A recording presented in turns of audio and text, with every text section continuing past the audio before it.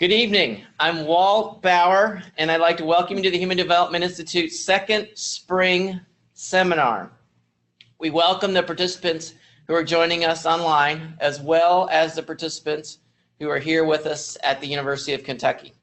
Our presenters will provide an opportunity for questions this evening, and we welcome questions from all of our participants. Please type your questions in the chat box if you are online. Should you have any questions about CEUs, you can contact me. Please take a moment at the conclusion of the seminar to complete our brief evaluation. The evaluation will be sent to your email address immediately after the seminar. It is really helpful as we plan for upcoming seminars. The title of the seminar is Employment for Youth with Disabilities, Seeing a Brighter Future. I'm now going to turn it over to Stephanie Meredith, Information Services Director and Kentucky Works staff at HDI. Stephanie? Hi. Thanks so much, Walt. And so we have speaking today Dr. Harold Kleiner, who's also HDI staff and with Kentucky Works. And then we have Stella Beard, who is the Assistant Director at Kentucky SPIN. And I'm Stephanie Meredith, and I am also with HDI and part of the Kentucky Works staff. And we're also really excited to have our panelists today who are going to share their experiences with employment as young adults with intellectual disabilities. And we have Andy Meredith. Oh boy. And we also have Clay Carroll. Hello.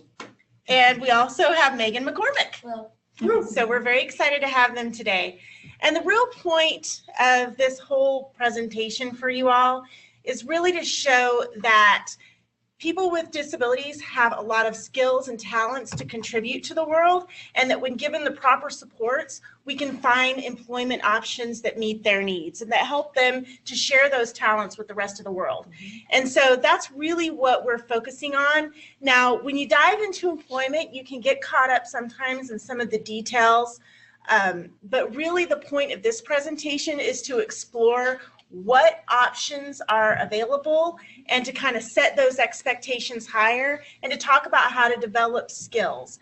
We'll address some of the concerns that come up, but we won't be able to go over those in exhaustive detail in 2 hours. We would need like days, but we really want to set the stage in this particular series for what people can accomplish.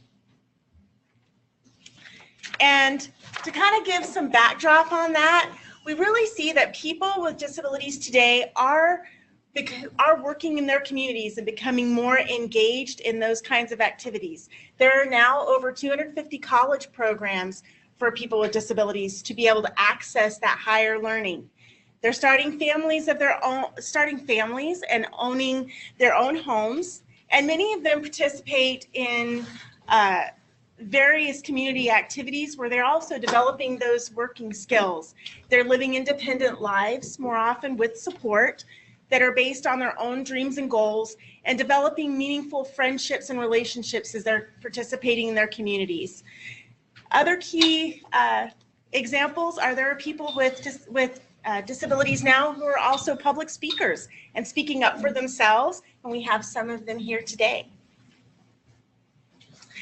And, you know, sometimes when we give this presentation, people will think, but maybe maybe my child can't do that. Or, you know, sometimes young adults might think that about themselves. That's why we really like to start off with this story about Joe Steffi, who started his own business with the support of his family and many other agencies as well.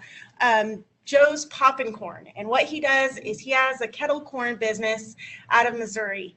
And Joe has both autism and Down syndrome. He has very limited verbal skills, but he also has skills that he can contribute. What they found that he liked was he liked to follow repetitive patterns. He liked the repetitive action of creating or filling the bags with popcorn and of popping the corn, and he knew how to go through that process of creating this, you know, great kettle corn. And so he had the support of his family to do that. And he ended up having Voc Rehab purchased a computer and laser printer to provided some of the startup costs. And SSA also provided some of the startup costs in 2005. And with that, he has now set up this business where they get annual sales of about $75,000 selling popcorn in Georgia and I believe Kansas. So, you know, even someone who has a multitude of different disabilities can find their skills and make it marketable and find employment. And so that's really the vision that we want to share today. And so this is also an interactive presentation, and you all should have your handouts in front of you. And those of you online, we can share these with you in an email afterwards. But we want you to kind of take a moment to write down, what are your hopes and dreams for your son or daughter's future? Or if you are here as a person with disabilities, write down, what are some of your dreams for yourself? What do you want to do? All right, and now I'm going to turn the time over to Stella. Great. Well, thank you all so much for being here tonight. As you can tell, we're real excited and real passionate about the presentation tonight. So just some things we want to talk about. So if you had to ask yourself, we all ask this question when we're younger, you know, what do you want to be when you grow up? We all have said that before. What do you want to be? And every child deserves to develop their talents and follow their dreams, regardless if they have a disability or not. We all have those dreams and desires that we want to do, and it should be no different for someone who has an intellectual or developmental disability.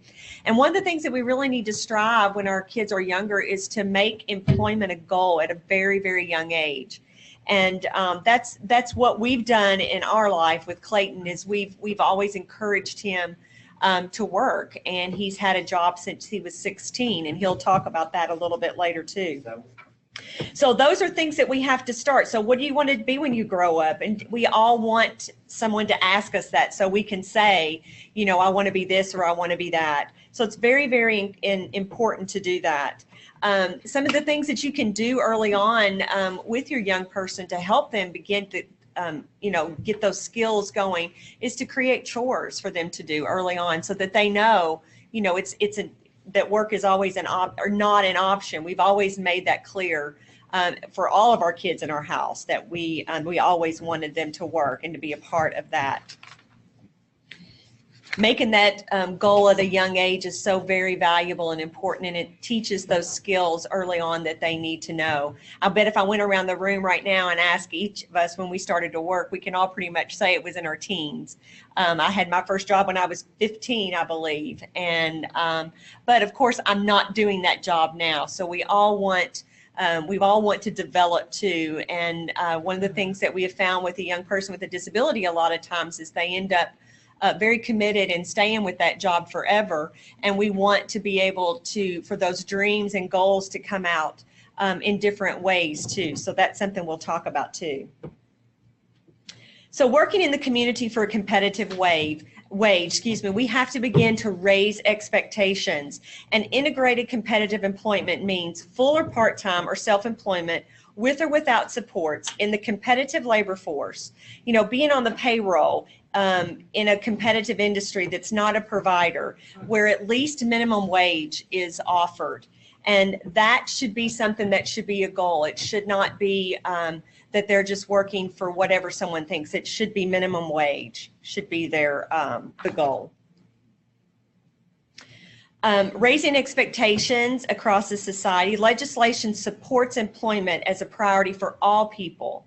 Employment first, we're going to talk a little bit about that, but paid competitive employment in the community should always be the first goal, no matter what. It should always be something that we want for our young person, that they are in a paid employment. When Clayton first started his first job, it was not an option that he would not be paid like everyone else. And so he's continued to do that, and now his work has even evolved that we're very, very excited about. But one of the things with Kentucky that we're very happy about is Kentucky is an employment first state. And on May 15th in 2018, Governor Bevins signed an executive order to make employment first for our folks with disabilities. So it's not an option anymore for when a young person exits high school to go into a sheltered workshop. Employment first should be the first goal that we do. With the Individuals with Disabilities Education Act, inclusion is a role in transition. Students with disabilities are entitled by law to be educated at the least restrictive environment with access to typically developing peers. That should be a priority for everyone in our schools. It also requires in Kentucky that transition begins at age 14.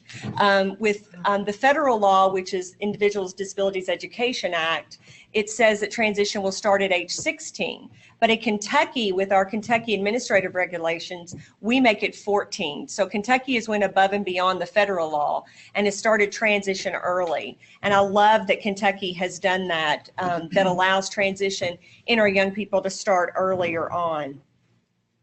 We have a lot of different things now with WIOA and the pre-employment transition training services. We call them pre-ETs. Here, and those are things that are put into place for youth ages 14 to 21 who have an IEP. And we'll talk about that a little bit more. But some of the categories that are included with pre-ETs are job exploration counseling, workplace readiness training, post-secondary counseling, instruction and self-advocacy. And these are all things that a lot of our special education co-ops are utilizing now with their transition fairs across the state. So a lot of your students, while they're in school, are getting these services, and you may not even be aware of that they're doing that. So that's real important that we are focusing on that. Some resources that can be utilized is the Association of People Supporting Employment, which is called ASPE. In special education, you'll find there are tons of acronyms, and that's just another one. Another one is the Community Work Transition Program, and I believe we will provide you with some links to some of these resources at the end of today. So raising expectations at school with transition services, you need to make sure that the school transition conversation starts at 14 and that your child is invited to that IEP meeting. They need to have a vital role in that meeting and be able to make their input so that their wants, needs, and dreams and desires are expressed early on in those meetings. And also that an employment goal is in that IEP for after high school. And it needs to be measurable. It needs to be very specific and measurable in that IEP for that goal to be so that they're able to follow that goal after high school. So for example, I wrote a goal just so you can kind of see what I mean by that. I said, following graduation from high school, Stella will work 20 hours a week at the local bakery and with provided supports through vocational rehabilitation. You can see with that goal that is very, it has a start and an end time. It is measurable. It says what I'm going to do. It doesn't say, hopefully Stella will work at a bakery one day. No, it's very specific. And that's the way your child's goal should be on their IEP. It should be very specific.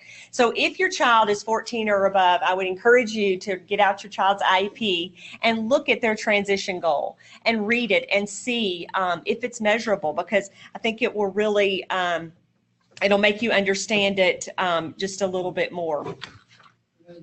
So, and also make sure that the annual goals related to your son's or daughter's post-secondary employment, that there are employment goals in that IEP, especially if that is part of their transition plan.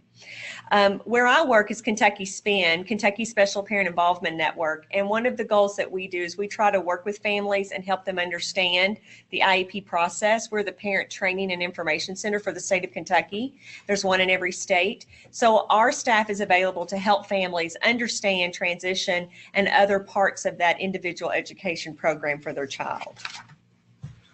All right, so I'm going to talk about some of the practical aspects of this, because success really can look different for each person. Because I think sometimes when we hear paid competitive employment, people just think, oh, that means 40 hours a week with benefits and it's got to look a certain way. But it can be very, very flexible and customized. And as an example, I actually have an employee who works for me who has autism, and he actually has a multitude of different talents that he contributes. So working for me, he's a shipping clerk, and he does that at about 10 hours a week for $12 an hour, which is obviously paid competitive employment. But then on top of that, he also works at our local grocery store for another about I think he works there about 15 to 20 hours a week. And then beyond that, he's a very artistic person. And so he's now started this Etsy store. And this is one of his paintings that he's done. He's done paintings for each state, showing some of the interest in that state and different Disney characters from the state. And so now he has this art store that he has set up on Etsy that he works at for another, 10 hours a week. So it's not a situation where he's working 40 hours a week for the same job, but he's put together a flexible, customized situation that really capitalizes on his talents and skills to contribute. So it's important to realize that it can look like that, and there can be different hours of work. So now we're actually going to invite our young adults up here to kind of share some of their experiences to show how it has been flexible for them and what they've set up. So, all right, we'll go ahead and kind of transition. All right, Andy, Megan. You know we're playing? He went to the restroom. Oh, okay.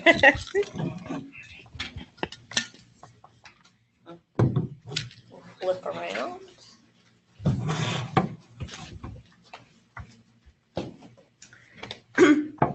All right, Megan. Andy, can you come take a seat up here? Do you need your iPad? My iPad. Justin, do you have that? His iPad? Where is your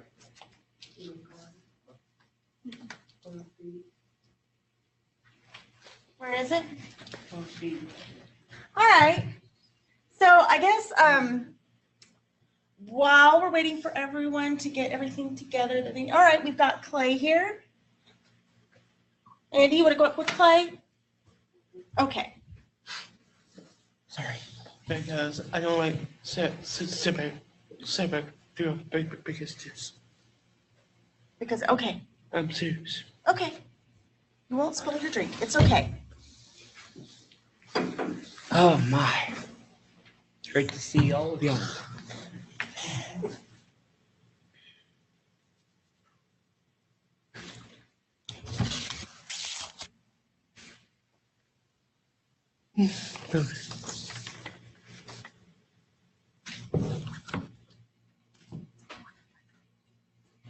All right. So do each of you guys want to say hi and tell them your name?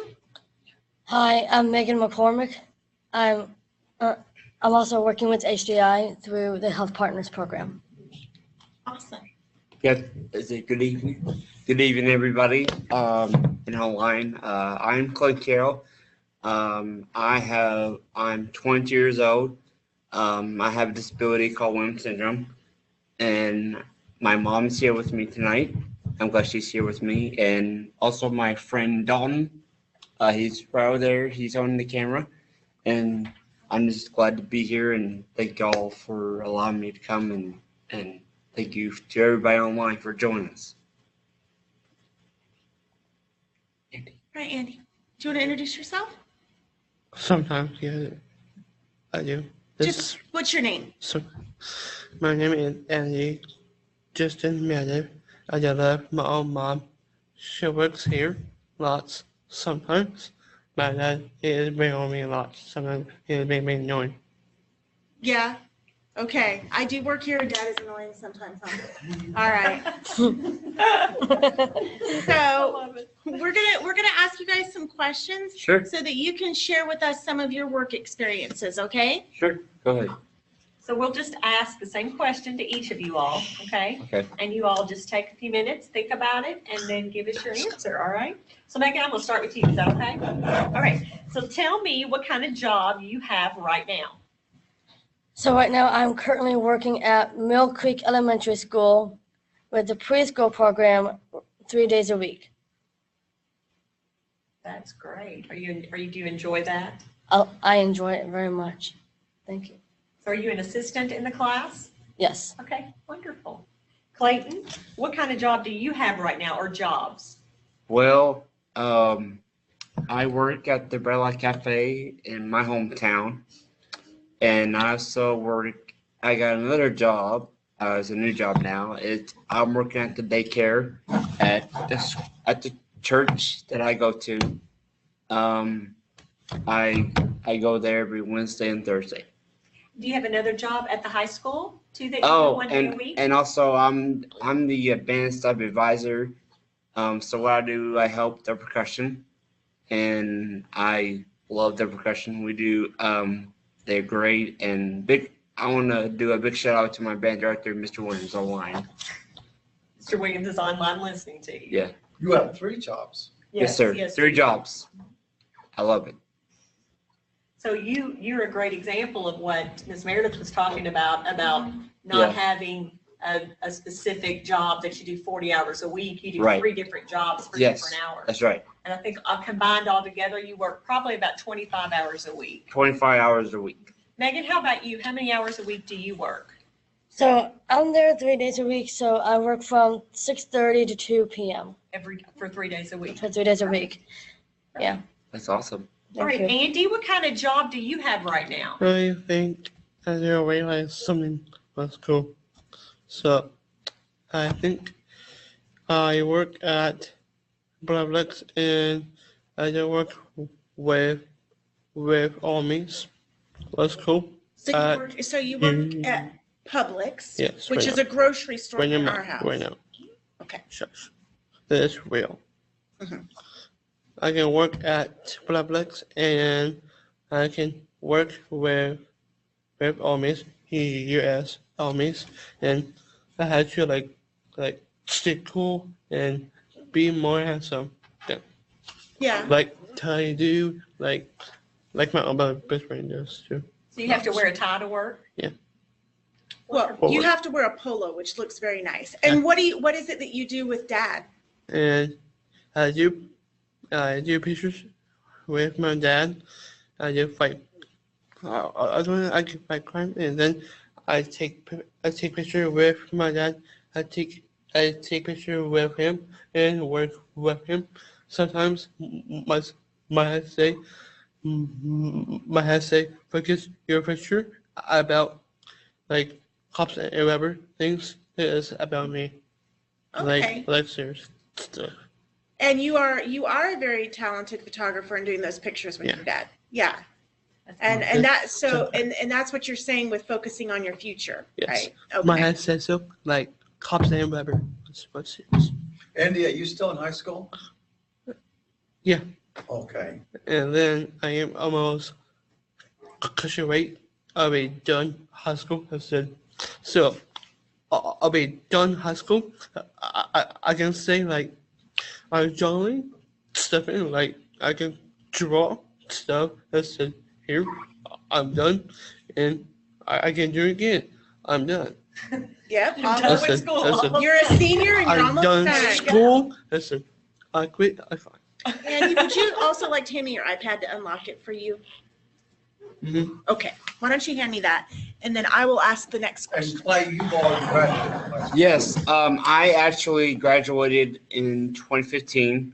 I had a great year in high school. I think one of my favorite things was about high school was when I was graduating.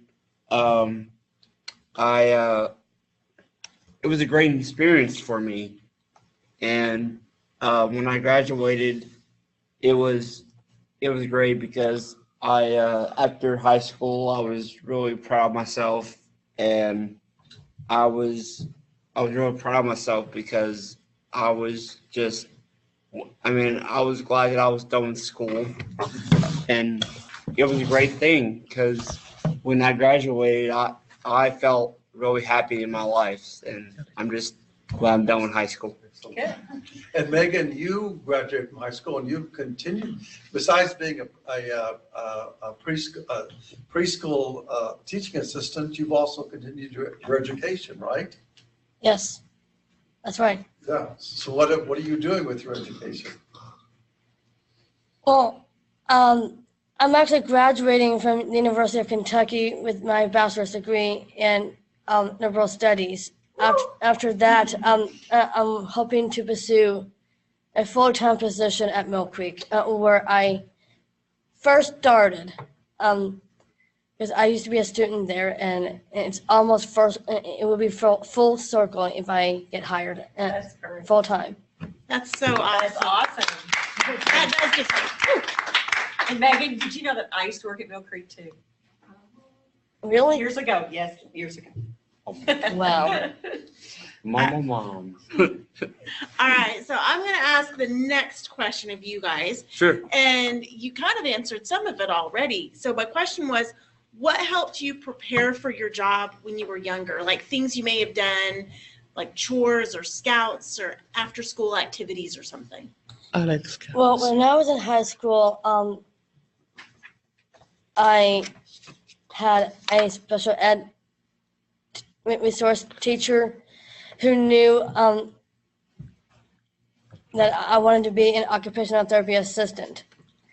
But when I got through, when I started at BCTC, Bluegrass Community Technical College, and through the University of Kentucky, I started with education. And I wanted to be in college just like all my siblings. And during that time, I've done lots of student teaching and observations, and I've been working with lots of students with varying abilities since then, during college. And I've done lots of observations, and it was a great experiences gaining through different grade schools. That's awesome. So you've really done a lot of preparation over the years. Mhm. Very good. With the help of HDI since 2005. That's awesome. Glad to know that HDI has been part of that process with you. It has been. So, Thank you. all right. And so Clay, what are some of the activities that did you do to help prepare for your job? Well, I did a lot of things in high school. I was involved in marching band. I was involved in my job that I work at, my second job that I work at.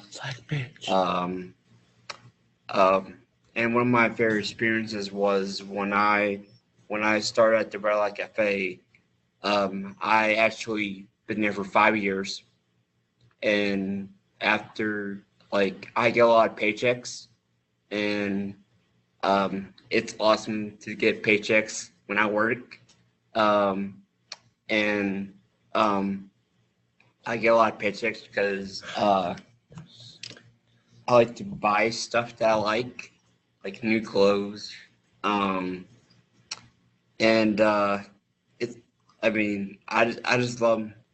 just love my experience in high school, and I had a lot of friends in high school that were really nice to me, and also my band teacher, Mr. Williams. I met him in high school, and he was in a drum corps called the Madison Scouts. Mm-hmm. From Madison, Wisconsin, and he's a great guy. He likes music too. So yeah. So he was a big influence. Yeah, in your he life was when you were in high school that helped you. yes, he was a great friend to me when I was in high school, and he really supports me as an adult, and I'm just really proud of him for what he does. I'm very glad to know him as a friend, and also a teacher.